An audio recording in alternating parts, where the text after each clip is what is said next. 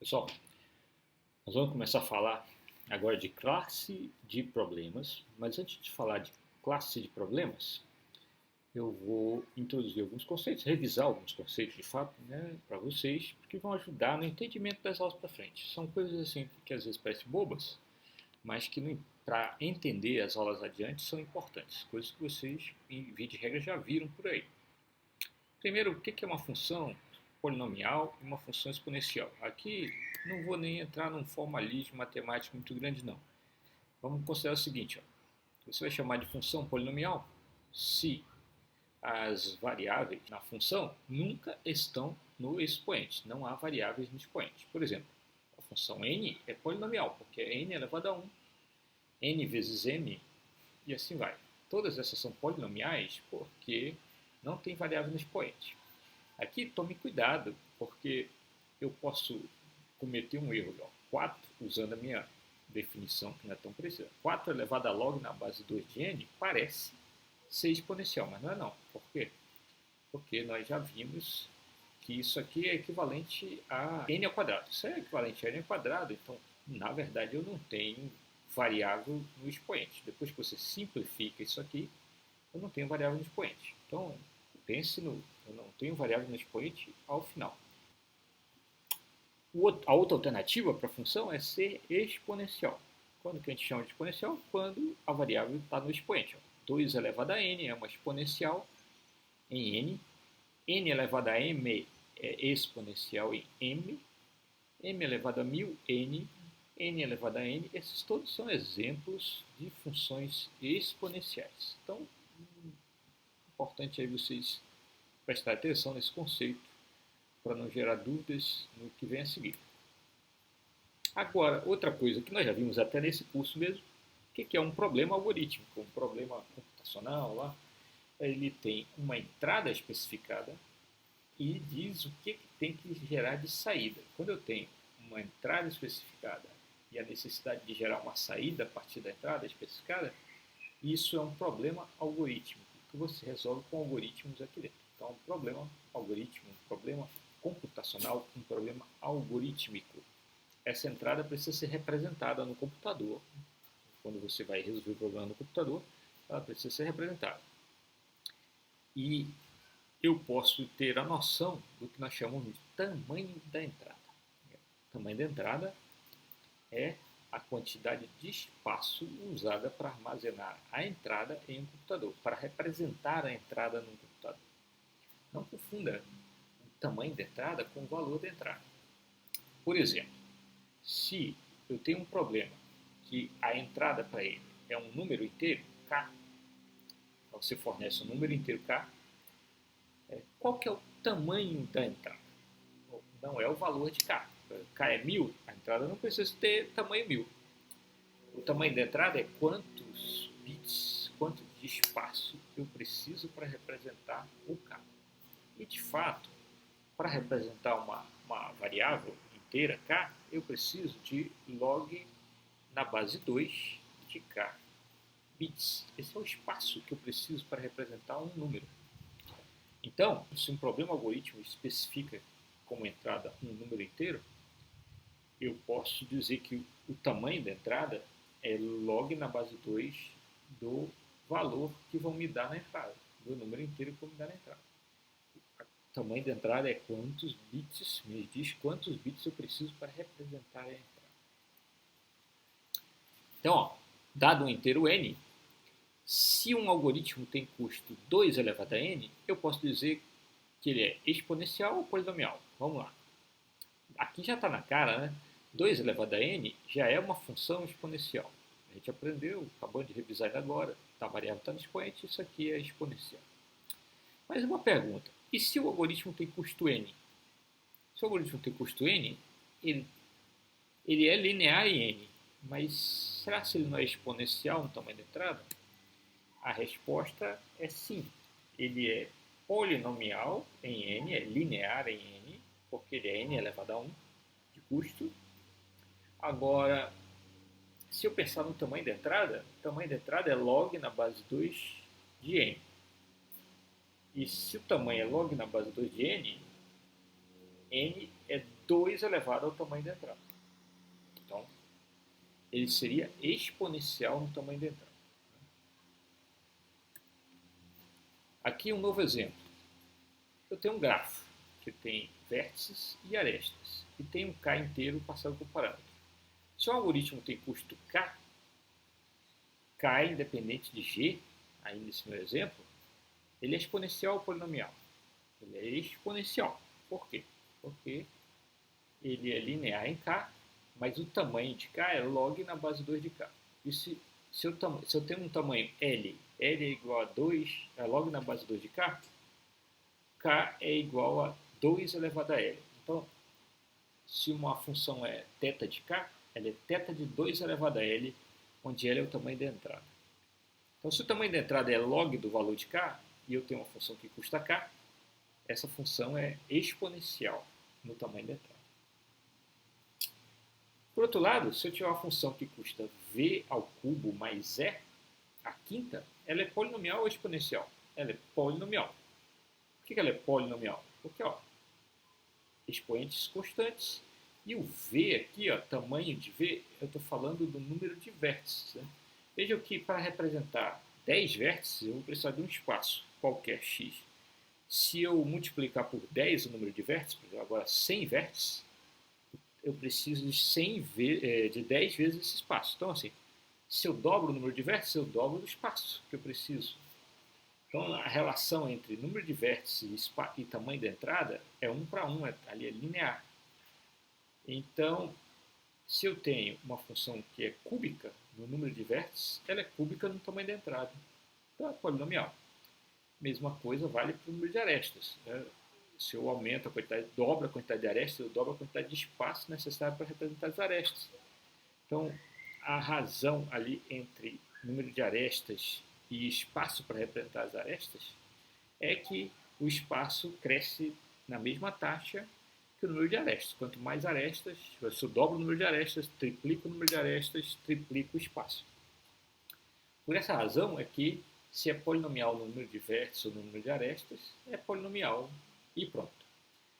Por outro lado, se é polinomial em K, e K é um número só inteiro, aí ele é exponencial. Notem que nesse exemplo eu estou dizendo aqui, por que eu falei K independente de G? Porque eu estou falando aqui se for um K qualquer, que pode ser grande como for. Agora, se eu tivesse uma especificação assim, olha, só que o K é menor do que o número de vértices. Ora, se o K é menor do que o número de vértices, aí a coisa muda de figura. Se o K é menor do que o número de vértices, então alguém que é polinomial em K é polinomial no tamanho da entrada, porque o tamanho da entrada vai ser dominado pelo número de vértices e pelo número de arestas. Então, a gente tem que prestar bastante atenção nessas coisas. Tem um conceito importante para entender aí, é o pseudo-polinomial. É quando parece um polinômio, mas não é. Dado um inteiro, n, se eu fizer uma função que custa n, eu chamo ela de pseudo-polinomial. Por quê? Porque ela é linear em n, mas é exponencial, como a gente acabou de ver, no tamanho da entrada. Para você entender a importância disso, pensa na função fatorial que a gente já implementou. Se você implementar a função fatorial permitindo a entrada com 1 byte, o maior parâmetro você passa a 255. Se você, ao invés de permitir o parâmetro com 1 byte, passar 4 bytes, seu maior parâmetro pode ser 4 bilhões. E aí você chamar fatorial de 4 bilhões já vai demorar um tempão. Mas se você passar uma variável de 8 bytes, aí a chamada já vai demorar bastante. A maior chamada possível, se você passar o maior parâmetro possível, o maior valor possível para ela. Então note que eu saí de 1 byte para 8 bytes e o custo pode explodir muito. E se eu tiver 16 bytes? Né? Se tiver 16 bytes, você passar o maior número possível de 16 bytes para uma função fatorial, ela jamais vai terminar, porque essa função nos computadores de hoje demoraria muito mais aí do que o tempo de existência do universo. Seria muito caro. Então, olha só, eu estou falando só de uma entrada de 16 bytes. Então, notem que o custo máximo dessa função, ele não cresce linearmente, não. com o tamanho da entrada, com o tamanho da entrada. Ele cresce linearmente com o valor de n, mas se eu permitir um tamanho de entrada um pouquinho maior, 16 bytes, eu posso passar um n tão absurdamente grande que vai fazer essa função demorar uma eternidade, né? Demorar séculos e séculos para terminar. É isso que é a importância do conceito aí de pseudo-polinomial. Parece polinomial, mas não é. Quer dizer, quando é uma coisa pseudo-polinomial, eu posso passar entradas que não são tão grandes e gerar custos absurdos. Essa que é a noção aí do pseudo-polinomial. É um polinomial falso. Ele é polinomial aparentemente porque você olha lá o valor da variável de passada, mas quando você pensa no tamanho da entrada, ele é exponencial. Outro conceito importante para a gente é o conceito de redução. Redução de um problema a outro. O que é redução de um problema a outro?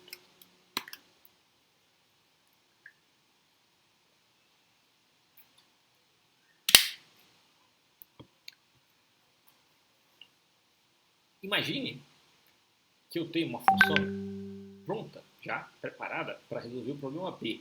Eu quero usar, então assim, alguém já resolveu o problema B para mim. E eu quero usar essa função, já está prontinha ali, para resolver o problema A, indiretamente. Isso acontece até bastante, assim, você saca que, olha, essa função aqui serve para resolver esse outro problema. Eu vou fazer uma função que resolve esse outro problema, que é o problema A, usando a solução do problema B. Quando eu faço uma função que resolve o problema A e chama lá dentro uma solução do problema B para chegar no resultado do A, eu digo que eu estou reduzindo A para B. Redução do problema A para B. A redução do problema A para B é ter uma função com esse jeitão aqui. A redução, genericamente falando, né, seria isso aqui. Ó. É uma função que resolve o problema A usando aqui dentro a função pronta que resolve o problema B. Redução de A para B é uma função que resolve o problema A usando a solução do problema B. Redução de A para B resolve A usando B. Estou repetindo porque as pessoas se atrapalham muitas vezes com isso, com esse conceito. Às vezes embaralham. Então, redução de A para B é resolver A usando B. E aí o jeitão de uma redução é mais ou menos assim. Você pega a entrada do A, né, faz alguma coisa com ela e transforma na entrada do B, provavelmente. E depois você vai chamar uma ou mais vezes a função que resolve o problema B, vai pegar esse resultado, vai fazer alguma coisa com ele e vai tentar chegar à conclusão da solução do A. E ele vai responder o A. Aqui está muito abstrato. Vou dar um exemplo mais concreto para vocês. Aqui, ó. Eu vou reduzir o problema de encontrar o menor número ao problema de ordenação. Como que é isso aqui? Bom, o problema de encontrar o menor número de um vetor, tem o vetor, tem o tamanho dele aqui, e aí eu posso fazer muitas, infinitas reduções de um problema para o outro. Aqui eu vou dar um exemplo. Eu vou pegar, fazer um loopzinho aqui, para criar uma cópia do vetor, e vou copiar todos os elementos do V para essa cópia. E para que isso aqui? Para deixar o V intacto. Uma vez que eu já tenho essa cópia pronta, eu vou chamar uma função de ordenação. E aí, quando eu terminar a ordenação, eu sei que a posição 0 do vetor vai estar com o menor valor do vetor. Uma ordenação autossuficiente crescente. Então vejam bem, eu resolvi o problema do menor número usando a ordenação para isso. Notem que redução não quer dizer necessariamente a melhor maneira de resolver. Tá? Vocês devem saber que tem jeito de achar o menor número sem precisar ordenar e tal. Mas o importante aqui que eu estou mostrando é como eu posso resolver o problema do menor número usando a ordenação. Como eu posso resolver o problema do menor número usando a ordenação. A redução do menor número para a ordenação significa que eu sei de um jeito de resolver o menor número usando a ordenação. Eu posso ter o contrário. Muitas vezes isso acontece. Né? É comum. Eu posso reduzir A para B e posso reduzir B para A. Então, por exemplo, eu posso resolver o problema da ordenação usando o menor número. Isso é ordenação por seleção. Eu posso chamar, então, problema de ordenação, e pegar e descobrir quem é o menor elemento do vetor, passar para o começo, depois pegar o menor da segunda posição em diante, passar para o começo, assim vai. E isso é uma redução do problema de ordenação ao problema do menor número. Então, é curioso isso. Eu posso reduzir o menor número para a ordenação e posso reduzir a ordenação para o menor número. Isso é muito comum. É muito comum que eu possa reduzir o problema A para o B e depois também possa reduzir o B para o A. Agora, tem aqui uma coisa chamada redução polinomial. Esse conceito é muito importante. Uma redução é uma coisa muito trivial. Você sempre pode fazer uma redução de uma coisa para outra. Mas nem sempre você consegue fazer uma redução polinomial, que é uma coisa com mais significado. O que é uma redução polinomial? É uma redução. Então, a redução polinomial de A para B é uma redução. Pronto. O que é uma redução? Resolve A usando B. Redução de A para B resolve A usando B. Ela é polinomial se, ao considerar que o B é resolvido em tempo polinomial, por exemplo, constante ou qualquer coisa assim, o custo total do programa de redução também é polinomial. Se eu considerar que o B é polinomial, o custo total é polinomial. Aqui um exemplo. Nosso exemplo concreto aqui, se eu considerar que dá para ordenar em tempo polinomial, nota que eu não estou nem entrando no mérito se é possível mesmo ou não. Estou dizendo, se eu considerar que dá para ordenar em tempo polinomial, até nós sabemos que dá. Eu consigo, vocês devem enxergar isso, se eu consigo ordenar em tempo polinomial, eu consigo descobrir o menor número em tempo polinomial. Por quê? Porque essa linha aqui custa n. N é o número de elementos do vetor. Número de elementos do vetor. Então, é linear de verdade aqui, tá? Ah, tá, professor, mas olha, não é ordem do número n aqui, só que o n, se eu dobro o n, eu dobro o tamanho da entrada, porque eu dobro o número de elementos do vetor. Então, a relação entre tamanho da entrada e n é linear aqui. Se eu dobro n, eu dobro o tamanho da entrada. Ok? Então, se o custo aqui é n, ele é linear, de verdade. Essa cópia aqui é feita em tempo linear, depois chama a ordenação. Então, olha só, se eu desprezar esse custo da ordenação, colocar O de 1 aqui, e considerar uma análise de algoritmos, desse algoritmo de encontrar o menor número, essa redução, ela vai ter custo n. Ó, se eu tenho uma função que tem custo O de n, ela é polinomial, certo? Então veja bem, se a ordenação for resolvida em tempo polinomial, essa função toda aqui é resolvida em tempo polinomial. Então essa redução é chamada de redução polinomial. Redução polinomial de A para B é fazer um programa que reduz A para B, ou seja, um programa que resolve A usando a solução pronta de B. Redução polinomial do menor número para a ordenação é fazer um programa que resolve o menor número usando a função pronta de ordenação. E ela é polinomial se, ao considerar que a ordenação é resolvida em tempo polinomial, aí eu faço a análise do algoritmo todo aqui e concluo que ele também vai ser polinomial. Note que isso é uma coisa hipotética. Se a ordenação for polinomial, esse código aqui todo é polinomial. Notem, por exemplo, se a ordenação não fosse polinomial, fosse exponencial, o simples fato de eu estar chamando ela aqui, mais outras coisas, já daria exponencial. Só estou dizendo o seguinte, ela é polinomial se, caso a ordenação seja polinomial, a função toda vai ser polinomial.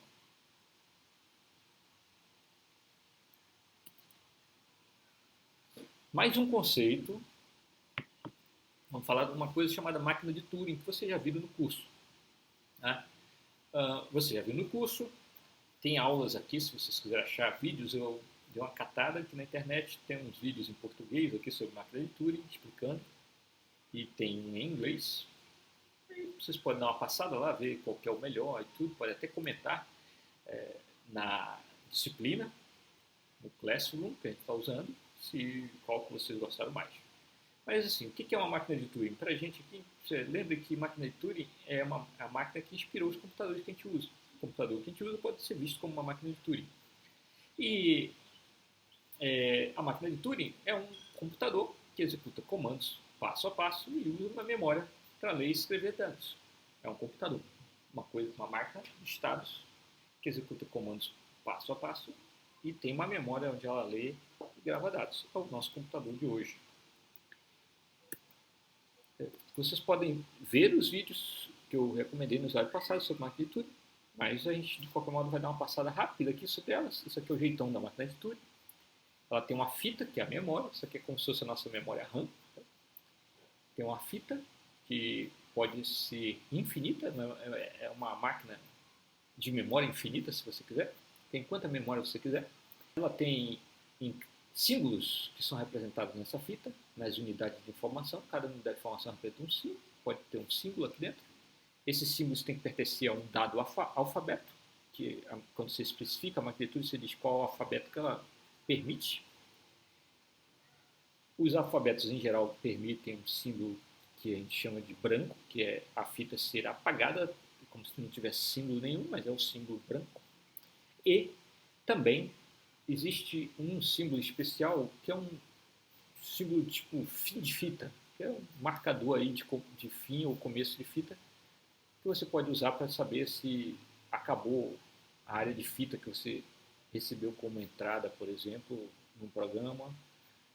Então você tem delimitadores aqui de início e fim de fita. A máquina de Turing tem uma cabeça de leitura, que lê símbolos e pode escrever aqui novos símbolos, lê e escreve, tá? Cabeça de leitura e escreve. E ela tem um controle. Esse controle, basicamente o que ele faz? Ele tem comandos bem simples, ele lê símbolo, toma uma decisão a partir desse símbolo, de escrever um resultado. Então ele lê um símbolo e escreve alguma coisa em troca. Se ele não quiser fazer nada, ele lê o símbolo e escreve o mesmo símbolo que leu. Mas ele pode ler um símbolo e escrever outro. E ele pode depois mover a cabeça de leitura para um lado ou para o outro. Então, os comandos da máquina de Turing são bem simples. Mas com esses comandos e essa estrutura aqui, você consegue simular qualquer programa, qualquer computador que você tem hoje aí no mercado. Né? Você consegue escrever qualquer programa que você roda, escreve para um computador, uma máquina de Turing dessa. A gente diz que uma máquina de Turing reconhece uma sequência de símbolos que você deu na entrada quando ela chega a um estado final. Então as máquinas de Turing são máquinas de estados. Ela tem, aqui nesse controle, nós vamos ver que ela tem uma descrição dos estados e como é que você migra de um estado para o outro durante a execução do programa. Esse controle aqui dentro tem um programa. É o programa que você vai executar, mexendo nessa memória aqui. E esse programa tem basicamente estados. Você começa no estado inicial e você vai andando, fazendo coisas e mudando de estado. E existe um estado final. Se você chega nesse estado final, você diz que a máquina de Turing reconheceu a entrada. Se você não chega nesse estado final, você diz que ela não reconheceu a entrada. Então é isso que a gente está falando aqui. A máquina de Turing reconhece uma sequência de símbolos quando ela chega ao estado final. A máquina de Turing, então, processa a entrada, que é a fita que você deu, com símbolos, e se ela chegar a um estado final, você diz que ela reconheceu a entrada. Se ela não chegar, você diz que ela não reconheceu. Você chama o conjunto de todas as sequências que são reconhecidas por uma máquina de Turing, você chama de linguagem. É a linguagem reconhecida pela máquina de Turing. Vou dar um exemplo concreto, para ficar mais fácil de entender, mas lembrem disso. O conjunto de todas as entradas que uma máquina de Turing reconhece, ou seja, todas as entradas que fazem a máquina de Turing sair do estado inicial até o final, esse conjunto é chamado de linguagem. A linguagem reconhecida pela máquina de Turing. Aqui, um exemplo de linguagem. Se eu fizer uma máquina de Turing que reconhece sequência de n zeros seguida de sequência de n1 e n2. Então, por exemplo, 0, 1, 2, 0, 0, 1, 2, 2 e assim vai. São exemplos de símbolo que pertencem à linguagem reconhecida por essa máquina de Turing. Esse conjunto aqui é uma linguagem. E eu posso fazer uma máquina de Turing que reconhece esse conjunto. Está aqui a máquina de Turing. Está aqui uma máquina de Turing. Na verdade, eu posso ter infinitas máquinas de Turing para reconhecer essa linguagem. Aqui eu vou dar um exemplo novo. Vou explicar aqui, aproveitar para fazer uma última revisão do que é uma máquina de Turing. Mas eu recomendo que vocês vejam os vídeos, se vocês não lembram ou nunca viram o que é uma máquina de Turing, vejam os vídeos e depois venham acompanhando esse exemplo aqui. Mas ó, a máquina de Turing, então, isso aqui é o que está dentro ali daquela caixinha controle. É a sua máquina de estados, que eu chamo. O que é uma máquina de estado? Máquina de estados é uma máquina, obviamente, que tem estados, cada bolinha aqui é um estado, e tem transições entre os estados que são disparadas por eventos. Isso que é uma máquina de estado genericamente. A máquina de Turing é uma máquina de estados. Ela começa sempre nesse estado inicial, num estado inicial, que eu chamei aqui nesse exemplo de QI, você tem que dizer onde é o começo, e ela tem sempre um estado final. Então, ó, se alguma entrada me fizer sair daquilo inicial até o Q5, eu digo que essa máquina de Turing reconheceu a entrada. E essa máquina de Turing aqui eu fiz para reconhecer essa entrada, essa linguagem. Então, qualquer sequência de símbolos que acompanha isso aqui, se eu tiver feito certinho, ela reconhece aqueles exemplos. Ela vai chegar ao estado final com isso aqui, e assim vai, e somente com coisas que seguem esse formato. Qualquer outra entrada que não siga esse formato não vai ser reconhecida. Esse primeiro pedaço aqui do código é meio que opcional, porque você sempre pode fazer ele. Muitas vezes os autores tiram esse pedaço. O que é esse pedaço aqui? Se vocês olharem, o objetivo desse pedaço aqui é só garantir que a minha máquina de Turing só tem zeros, uns e dois escritos. Tá? Vejam bem, eu estou no estado inicial, olha aqui um exemplo. Vamos ver a máquina de Turing reconhecendo 0, 1, 2 e vamos ver para que serve esse primeiro pedaço aqui. Eu estou no estado inicial, a máquina de Turing aqui é a cabeça de leitura, o vermelhinho é onde está a minha cabeça de leitura. Então ela começa no estado inicial, esse X aqui é meu terminador, tá? Então é o meu caractere especial de fim de fita, e eu vou começar lendo o 0. Então, estou no estado inicial, estou bem aqui, cabeça de leitura bem aqui, ó, nessa setinha no vermelho, e eu vou ler um 0.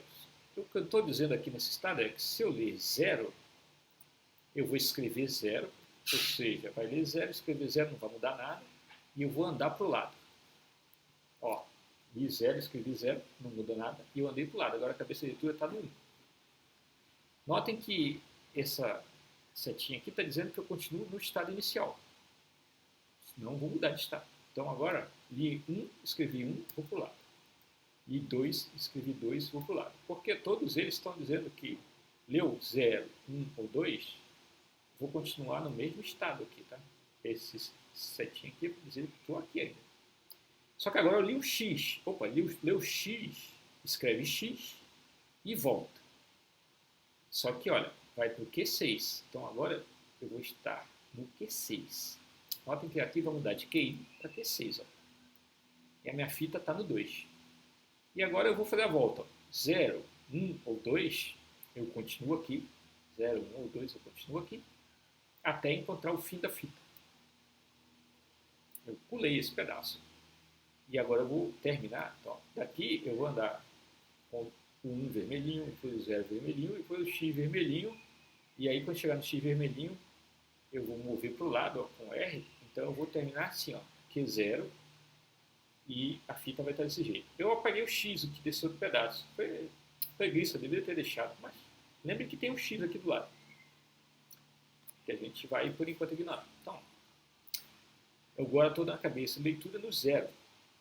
E eu estou no estado Q0. Ó. Li 0, escrevo A. Li 0, escrevo A. E vou para o lado. Né? Então, li 0, escrevi A, andei para o lado, agora estou no 1 aqui, e eu estou no estado Q1, porque a transição ao 0 me traz para cá. Ó, agora eu vou encontrar o 1. O 1 me traz para cá, e eu vou escrever B e andar para o lado. E o 2 vai me trazer para cá, eu vou escrever C e andar para o lado. Quando eu chegar aqui no Q3, vou ler X, né? X, escreve X, então não dá nada, e volta. Ó, voltei. Notem que esses entradas todas aqui estão nessa orelhinha aqui, quer dizer que eu vou continuar no Q3, continuo no Q3. Li C. C escreve C e vai para o lado. B. B escreve B e vai para o lado. A. Opa, o A não está aqui não. O A está aqui, ó. A escreve A e volta para cá, para o B. O R aqui é de mover para a direita, para o B. Então, ó, ao encontrar um A, eu vou para o Q0 e a fita vai ficar aqui no B. E o A eu vou escrever de volta. Então, Q0 e a fita aqui no B.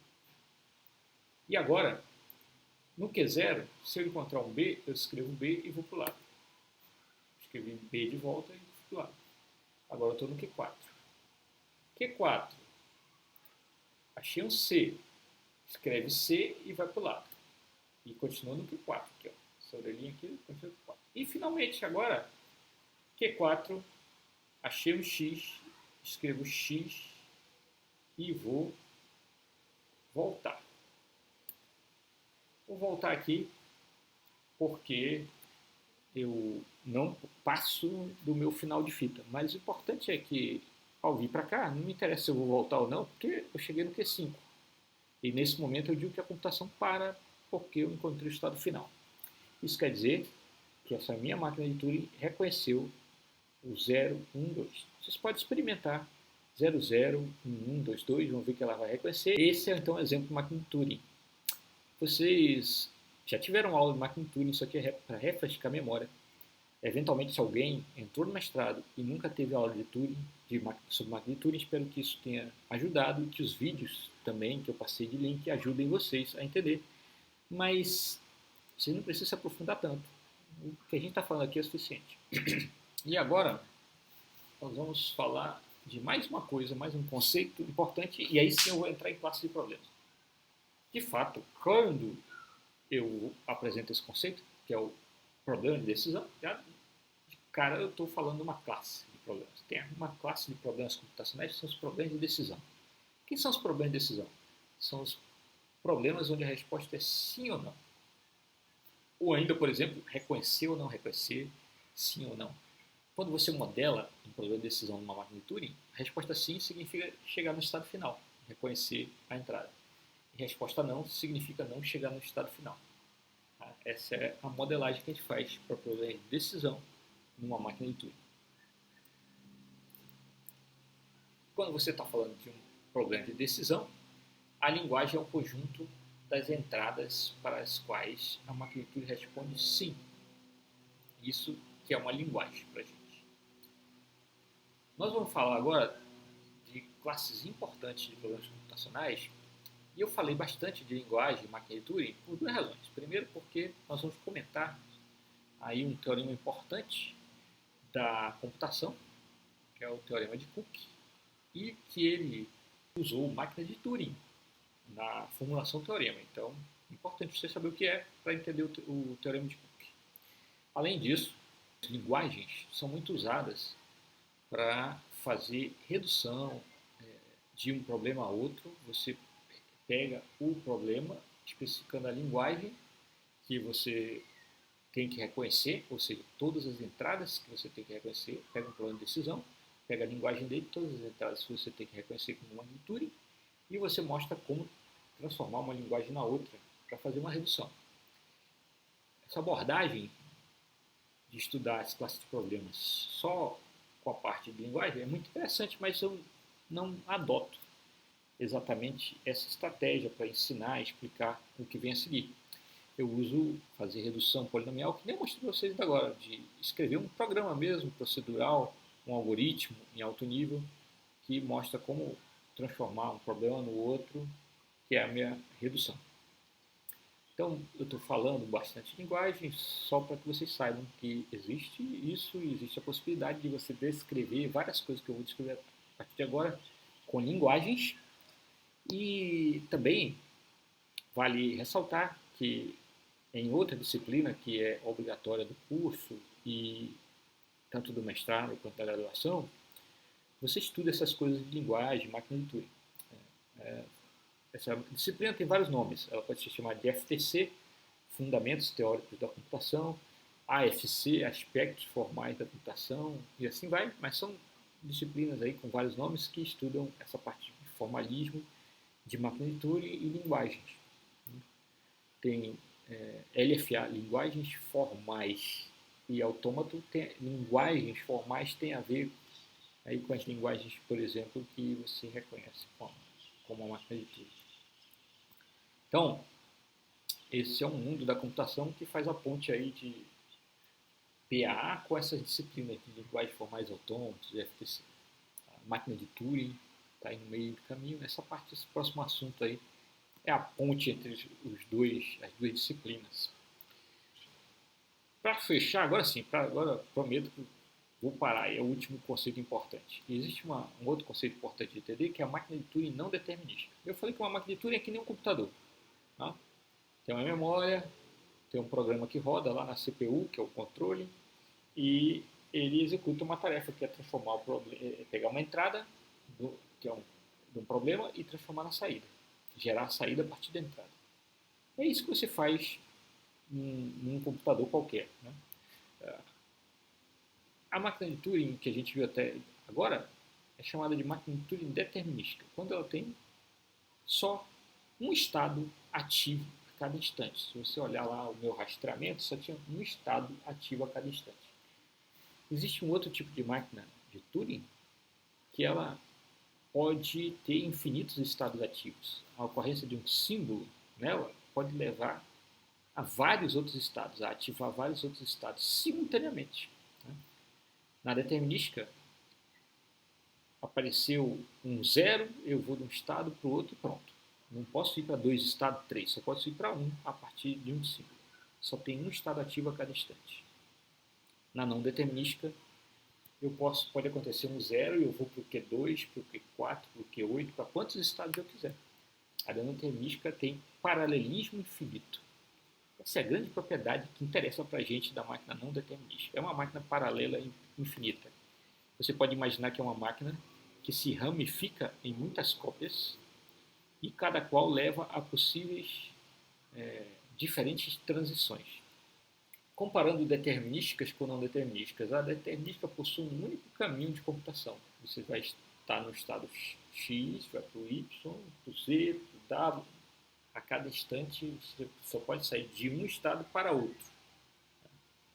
Então, se você fosse fazer uma árvore que mostra a execução gráfica lá dos estados, ao longo do tempo, estou no estado, passo para outro, passo para outro, passo para outro, passo para outro. Né? Eu vou fazer um desenho que mostra essas transições. Só tem um caminho o tempo todo. E a não determinística, como você pode sair de um estado e ir para vários, você pode sair ramificando, ir uma árvore enária lá, com um monte de estados que podem estar em paralelo ao mesmo tempo. Esse aqui é o desenho que mostra aí a ideia, né? Você pode sair na não determinística, de um estado para 2, depois esse aqui pode ir para 3, e assim vai. E aí, nesse instante aqui do tempo, ó, eu posso ter a porção de estados ativos. Enquanto que o gráfico de execução de uma determinística é: estou nesse estado, passo para esse outro, assim vai. Notem que aqui eu posso estar dando volta nos estados, mas mesmo assim, a cada instante só tem um. E cada um só leva a um outro a cada instante. Na não determinística, eu posso sair de um estado e ir para vários. Então, pense nas máquinas não determinísticas como máquinas paralelas, com paralelismo infinito. Você tem infinitos processadores, onde a computação pode seguir por infinitos caminhos. E esse é um conceito bem importante. Tá? Então, a máquina de Turing é uma máquina, você pode imaginar que é uma máquina de paralelismo infinito. Ela começa numa máquina só, e ela se desmembra em infinitas máquinas de Turing, que pode rodar um programa sequencial em cada uma delas, por exemplo, em paralelo tudo, infinitamente. Aí pronto, você entende o que é uma máquina de Turing, uma máquina de Turing determinística, uma máquina de Turing não determinística. Você entende o que é um problema de decisão, são problemas que a resposta é sim ou não para eles. Você entende o que é função polinomial, função exponencial e o que é uma função pseudo-polinomial, né? Quando que um algoritmo é pseudo-polinomial? Você entender esses conceitos que a gente viu, aí você pode entrar agora no mundo novo, das classes de problemas computacionais. Nós vamos então começar a falar de classes de problemas computacionais. Primeira divisão, nós vamos ver que os problemas computacionais podem ser separados em tratáveis e intratáveis. Os tratáveis admitem solução polinomial, os intratáveis não. Um problema é considerado tratável se ele tem solução polinomial e é intratável se não tem. E isso vem daqueles gráficos que a gente viu no começo das aulas, que mostram que se um problema só tem solução exponencial, você rapidamente descamba aqui para tempos absurdos que a gente viu ali, ó, por exemplo, um 2 elevado a n, rapidamente, com a entrada também 300, já vai para uma infinidade de séculos aqui, enquanto que os polinomiais ainda são razoáveis. Aqui você está falando de dias ao invés de milhões de anos e etc. Então, os polinomiais são chamados de tratáveis e os exponenciais intratáveis. Daqui a pouco. Um exemplo de problema intratável é o problema da torre de Hanoi, que vocês já devem ter visto ao longo do curso, mas é aquele problema dos disquinhos, né? Transferir N discos do pino A para o pino C, seguindo essas regras. Só pode mover um disco cada vez, um disco não pode ficar sobre um outro menor que ele, e tem uma solução conhecida da torre de Hanoi, que é a função de transferir N discos, né, do A para o C, usando B como intermediário. Ela faz isso aqui, transfere N-1 discos de A para B, então, chama recursivamente isso aqui, depois ela transfere o maior de A para C, depois transfere N-1 discos de B para C. Então, se você rastrear esse algoritmo aqui, você vai ver que você consegue resolver a torre de Hanoi, podem tentar, e a equação de recorrência tem duas chamadas recursivas que tiram 1 do problema, então é 2t de n-1 mais 1. Isso aqui, eu não preciso nem fazer conta, isso aqui é exponencial. 2 elevado a n. Então, torre de Hanoi só tem solução exponencial conhecida para ela. É um problema intratável. Né? E ponto. Torre de Hanoi é um problema intratável. Notem que torre de Hanoi não é um problema de decisão. Hein? Isso é muito importante lembrar. Não é um problema de decisão, mas é um problema intratável. Qual que é a implicação do problema da torre de Hanoi ser intratável? Esse slide aqui fala um pouco disso. Vocês já devem ter ouvido falar que a torre de Hanoi ela é um jogo criado por tibetanos. Monges tibetanos tinham ali uma torre, ela tinha 64 discos e eles tinham uma crença, né, de que no dia que acabasse o jogo da torre de Hanoi com 64 discos, o mundo iria acabar. Isso é uma notícia até boa, porque pessoas carregando as pedras. Então pensa só, uma torre de Hanoi tem 64 discos, cada disco é uma pedra pesadona, e no dia que o jogo acabar, o mundo acaba. Só que os monges tibetanos lá que jogavam a torre de Hanoi tinham uma dificuldade muito grande de mover uma pedra de um lugar para o outro. Então, se a gente pudesse mover 1 milhão de pedras de um lugar para o outro por segundo, levaria 500 mil anos para acabar a torre de Hanoi. Como eles são muito mais lentos que isso, né, então nós temos aí muito espaço de tempo. Se realmente a crença dele de que o mundo acaba quando a torre de Hanoi acaba, só e somente quando, né? Então a notícia é muito boa. Então nós temos os problemas tratáveis, os intratáveis. Os intratáveis, eles são problemas que não admitem algoritmos razoáveis, não admitem algoritmos polinomiais para eles. Isso é sempre uma má notícia. Né? Isso quer dizer que você, ao lidar com um problema desse, vai ter que torcer para a entrada ser muito pequenininha, senão vai ser impossível de rodar.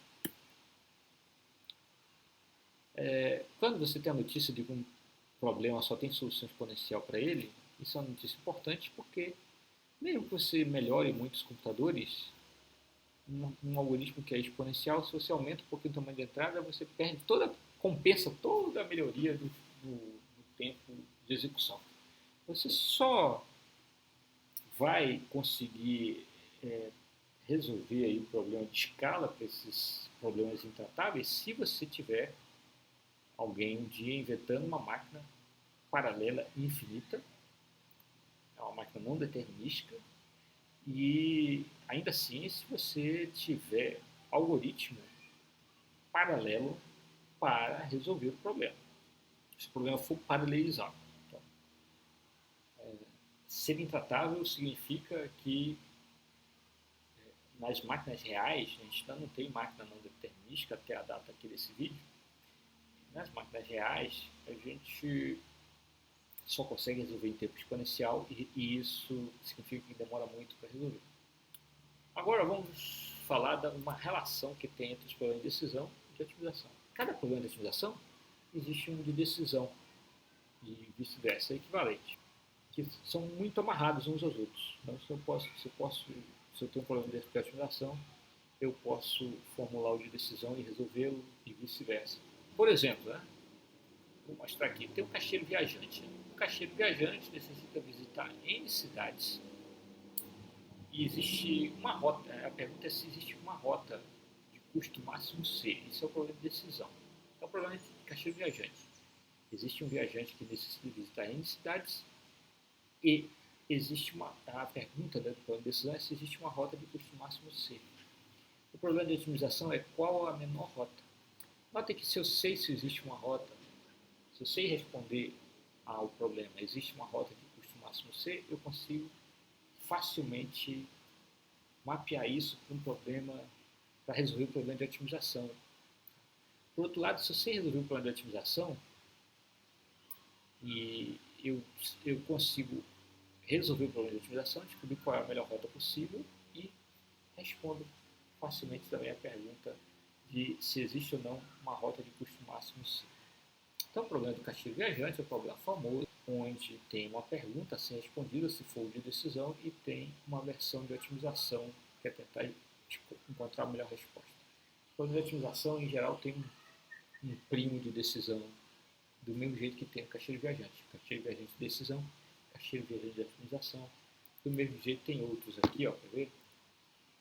Coloração de mapa. Tem o problema de decisão, que é possível colorir um mapa com 3 cores, por exemplo? É um problema de decisão. Esse é um problema de decisão muito específico, que sabe-se que é um problema de decisão difícil de resolver.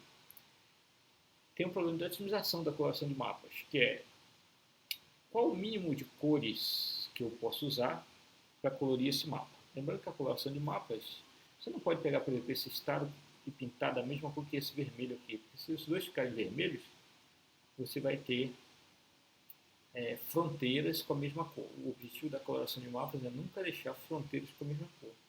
Saber se dá para colorir um mapa com 3 cores ou não, responder o problema de decisão, dá para colorir um mapa com 3 cores ou não, é muito complicado. E isso ninguém conhece algoritmo polinomial para resolver isso. Saber se dá para colorir um mapa usando 4 cores ou não é trivial. A resposta é sim e pronto.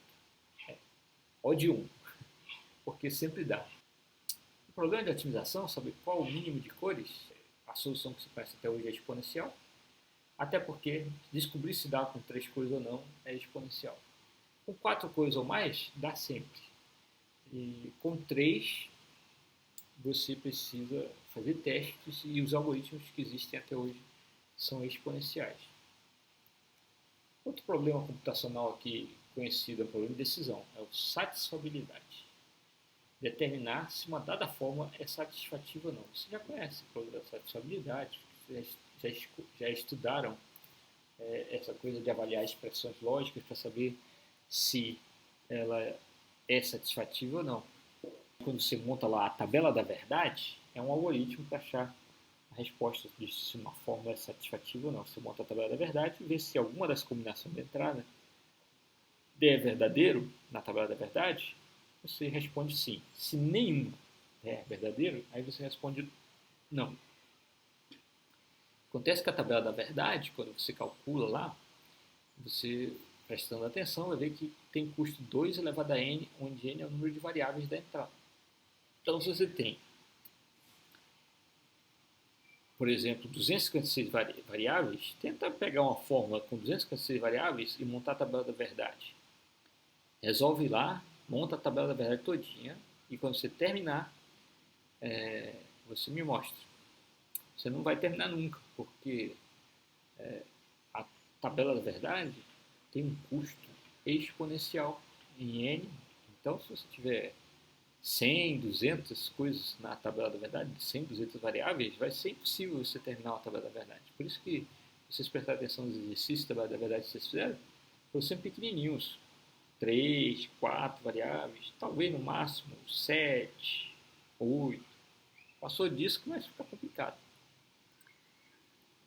Esse problema da tabela da verdade pertence a uma classe que nós vamos estudar, que é a NP completa. E ele é um problema bem importante. Mas nós vamos voltar já nele. Então, estou mostrando aí uns exemplos de problemas. Aqui mais um, o clique. O clique é você ter um grafo que representa relacionamento, por exemplo, entre pessoas ou entre qualquer par de objetos. Então, tem um grafo e existe aresta se tem relacionamento entre os dois vértices e não existe aresta caso não tenha. E o problema do clique é descobrir o maior conjunto de vértices onde todo mundo tem relacionamento com todo mundo. Por exemplo, aqui, ó, nesse grafo, esses 4 vértices formam um clique. Olha só, o problema do clique tem versão de otimização e de decisão. A versão de otimização é qual o maior clique possível dentro desse grafo. E aí, mostrando o tamanho, é 4. O maior clique possível aí é 4. Se você tentar colocar mais um, vai ver que não funciona. O problema do clique de otimização é achar o maior clique possível. Tem um problema de decisão, que faz uma pergunta. Dado um grafo e um valor K, existe clique de tamanho K dentro desse grafo? Então, para esse grafo aí, se a pergunta fosse, existe clique de tamanho 4 dentro desse grafo? A resposta seria sim, porque está aqui um clique de tamanho 4. Se a pergunta fosse, existe um clique de tamanho 5? A resposta é não, porque não tem. Eu sei que não tem porque o maior clique desse grafo já foi verificado, ele é de tamanho 4. Tá? Isso aqui é uma solução ótima para o problema de otimização. Por isso, se perguntar se tem um de tamanho 5, a resposta é não, porque o maior clique possível é de tamanho 4. Vimos vários exemplos de problemas computacionais e agora vamos definir uma classe importantíssima de problemas, a classe P. A classe P é a classe dos problemas de decisão. A classe P é a classe dos problemas de decisão que tem solução de tempo polinomial em uma máquina determinística. Para estar em P, tem que ser de decisão. Tem que ter solução polinomial em máquina determinística. Saber se um número é múltiplo ou não de outro é de decisão. Está em P porque dá para saber em tempo polinomial. Saber se dois números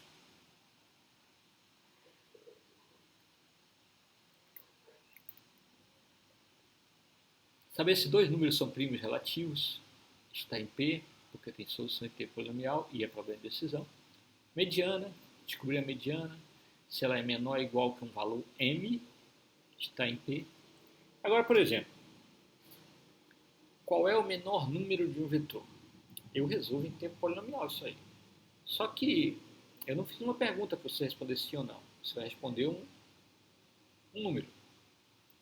Então esse problema, saber qual o menor número, não está em P. Só pode estar em P quem é de decisão. Ordenar os números de um vetor. Ordenar um vetor dá para resolver em tempo polinomial, mas não está na classe P, porque a classe P é dos problemas de decisão, que podem ser resolvidos em tempo polinomial numa máquina determinística. Quando eu falo máquina determinística, são os computadores normais que a gente tem, as máquinas de Turing determinísticas ou computador qualquer desses comuns determinísticos. Então vejam, para estar em P, tem que ter solução em tempo polinomial e tem que ser de decisão. Não esqueça do E, tem que ser de decisão. Ordenação não está em P, porque ela não é formulada como problema de decisão. Se for, aí, se houver uma formulação de decisão, ok. Mas na formulação natural do problema de ordenação, ele não é de decisão, não está em P. Só estão em P os problemas de decisão, que tem solução em tempo polinomial em máquina determinística. Agora vem uma outra classe, é a NP. NP, conjunto de todos os problemas de decisão que podem ser resolvidos em tempo polinomial em máquinas não determinísticas. Conjunto de todos os problemas de decisão, para não esquecer aqui.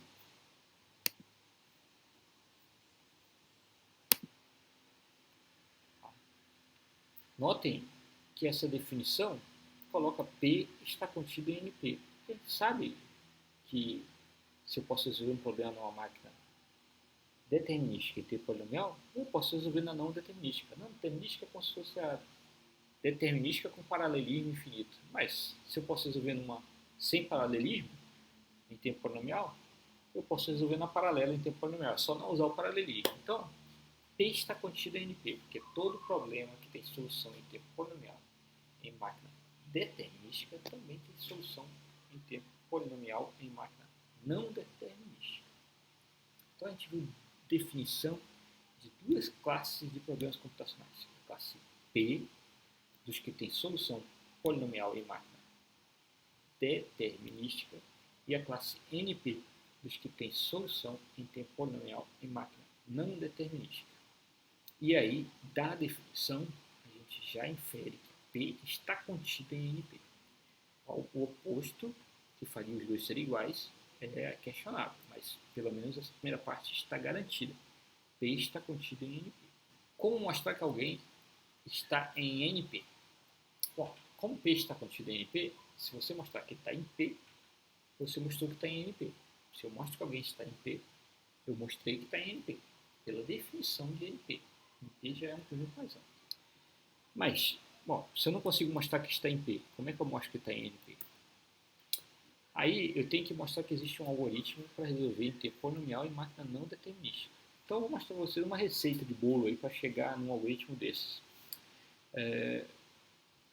Primeira observação é que os algoritmos de decisão, em geral, podem ser os algoritmos que resolvem problema de decisão, tá? Algoritmos de decisão, aí, algoritmos que resolvem problema de decisão, podem ser bolados da seguinte maneira: você paraleliza todas as tentativas possíveis de caminhos para decidir se está certo ou não, e depois você, se achar uma que deu certo, você diz sim, se não achar nenhuma, diz não. Então eu vou mostrar esse algoritmo genérico e vou dar um exemplo dele com o clique, que a gente já viu aqui. Lembra do clique que eu mostrei agora? Quer saber se tem um clique ou não dentro de um grafo, né? Então, pensando no problema de decisão do clique, vou mostrar que o problema de decisão do clique está em NP, eu preciso de algum algoritmo que roda em tempo polinomial em máquina não determinística para resolver o clique. Qual que é o algoritmo? Você verifica todas as combinações possíveis de k-vértices. É só pegar um grafo grande, vai gerar todas as combinações possíveis de k-vértices e vai verificá-las em paralelo, usando a máquina não determinística. Certo? Então dá para verificar cada uma dessas combinações em tempo polinomial numa máquina determinística. Por quê? Para verificar se tem um clique ou não em tempo polinomial, é fácil de fazer, eu vou já mostrar para vocês.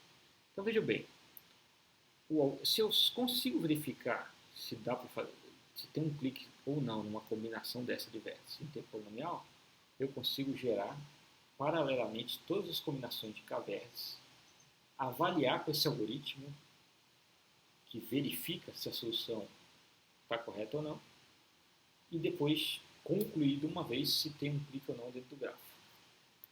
Então dá para resolver o problema do clique em tempo polinomial. Aqui tem um desenho do que eu estou falando, talvez ajude vocês a entender.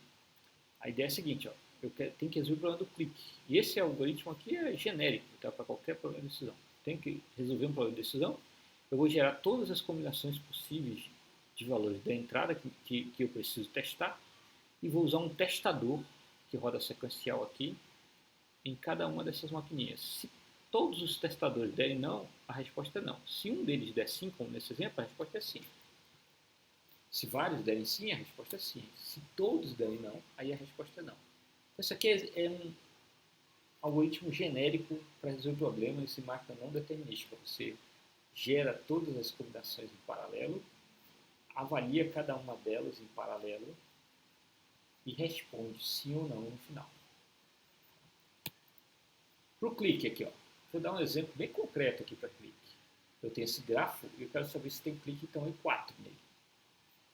Então eu vou gerar todas as combinações de 4 vértices que tem nesse gráfico. Tá aqui, ó. Aqui tem todas as combinações. Aí eu vou rodar um testador aqui para ver se isso aqui é um clique. Para ver se isso aqui é um clique e assim vai.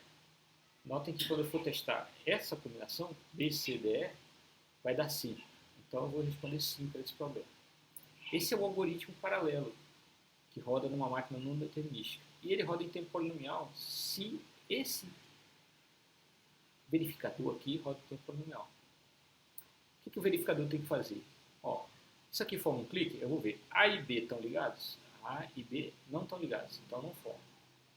Então, vou fazer a mesma coisa aqui em todos. Quando chegar nesse aqui, ó, eu vou pegar todos os pares de 2 vértices, vou ver se forma clique. Se todos eles tiverem aresta, e é o caso, ó, B e C tem aresta, C e D tem aresta, D e E tem aresta, B e E tem aresta, C e E tem aresta, assim vai. Então, BC, BD, BE, CD, CE e DE tem arestas ligando todo mundo a todo mundo.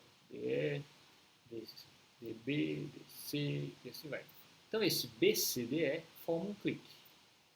Mas mais importante que isso, como que eu rodo a solução do clique numa máquina não determinística? Você gera todas as possibilidades de K-vértices e roda um algoritmo sequencial em cada máquina aqui, paralela, da minha máquina paralela, para verificar se tem clique ou não. Essa execução aqui eu chamo de verificador. O que o verificador tem que fazer? Tem que ver se essa combinação aqui está certa ou não. Cada verificador tem que ver se sua combinação que ele recebeu está certa ou não. É uma máquina paralela, uma máquina não determinística. E se eu bolo esse algoritmo que verifica se tem um clique ou não em tempo polinomial, a máquina paralela vai resolver o problema em tempo polinomial. Então a gente pode dizer que se eu achar um verificador que roda em tempo polinomial, verificador é isso aqui, tá? Eu acho o algoritmo paralelo, que é isso aqui tudo, que roda em tempo polinomial na máquina não determinística. Se eu tenho um verificador que roda numa determinística em tempo polinomial, eu tenho um programa para resolver em tempo polinomial na não determinística. Vamos lá, aqui tem um verificador. Primeira coisa, eu quero verificar se K vértices que estão me dando em S formam um clique ou não. Né? Então a primeira pergunta é se esse conjunto S tem K vértices. Então, a pergunta é se a solução S, que diz que tem um clique em tamanho K, é verdadeira ou não. A primeira coisa que eu vou ver é se o S tem K vértices. Se ele não tiver, é falso. Ele não é uma solução de K vértices. Se ele tiver exatamente K vértices, aí sim eu vou testar, para ver se é um clique ou não. E eu vou pegar para cada par de vértices, né, verificar se tem aresta entre eles, para cada par de vértices na solução, verificar se tem aresta entre eles, e se tiver, eu vou dizer que eles formam um clique. Se houver um par que não tem aresta entre eles, eu vou dizer que eles não formam um clique. Para deixar esse meu verificador mais bacana aqui, eu deveria colocar aqui um teste, né, para ver se U e V são distintos. Né? Eu só vou fazer esse teste se U e V são distintos. Quando é U e U, eu não preciso ver se tem aresta entre U e U. O problema do clique não, tá? Eu tenho que ter aresta entre todos os pares distintos lá dentro.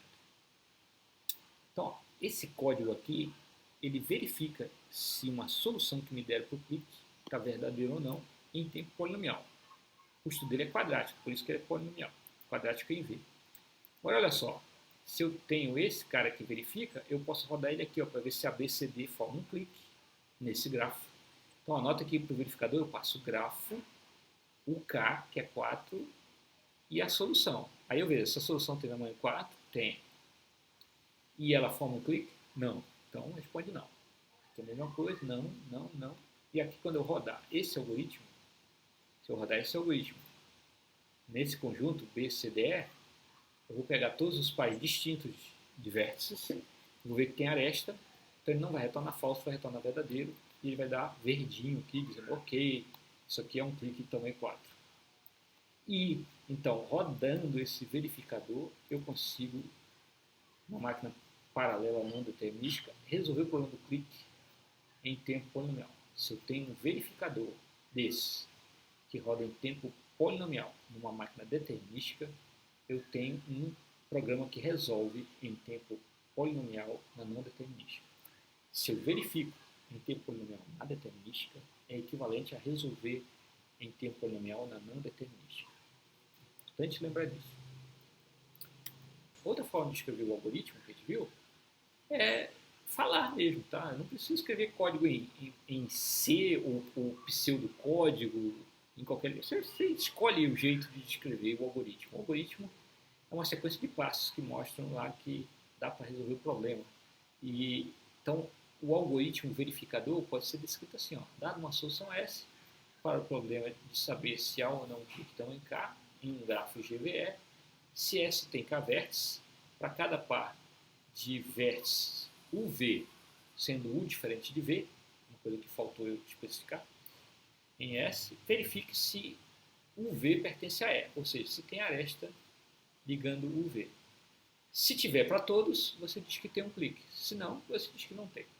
Então, essa conversa aqui, complementando com o que eu falei a mais aqui, com o diferente de V, ela é uma explicação do algoritmo. Então, o algoritmo pode vir verbalizado em texto, pode vir descrito em forma de pseudocódigo ou até numa linguagem computacional. Se você fizer qualquer um deles e me mostrar que esse verificador roda em tempo polinomial, você tem um verificador correto que roda em tempo polinomial.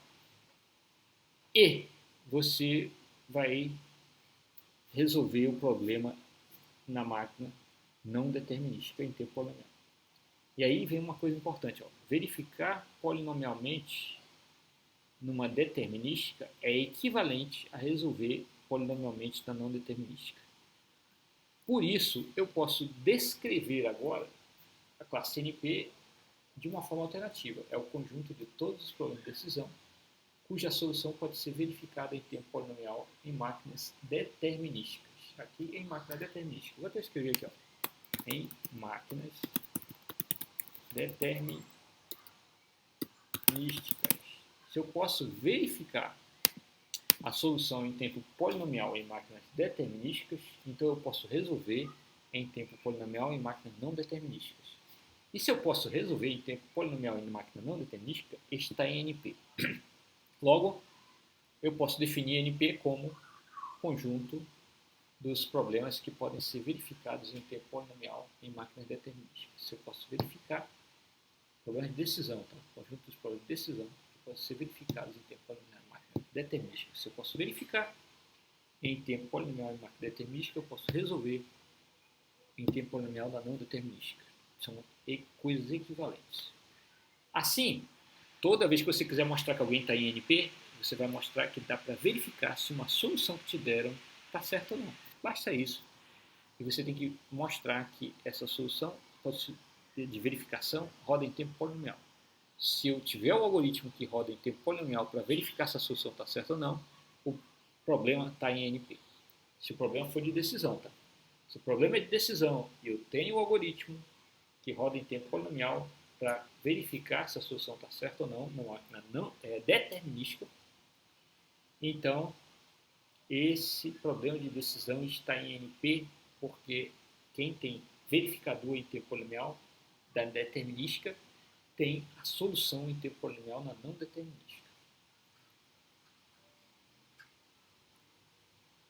Nós vamos parar por aqui e logo em seguida vamos ver novas classes de problemas.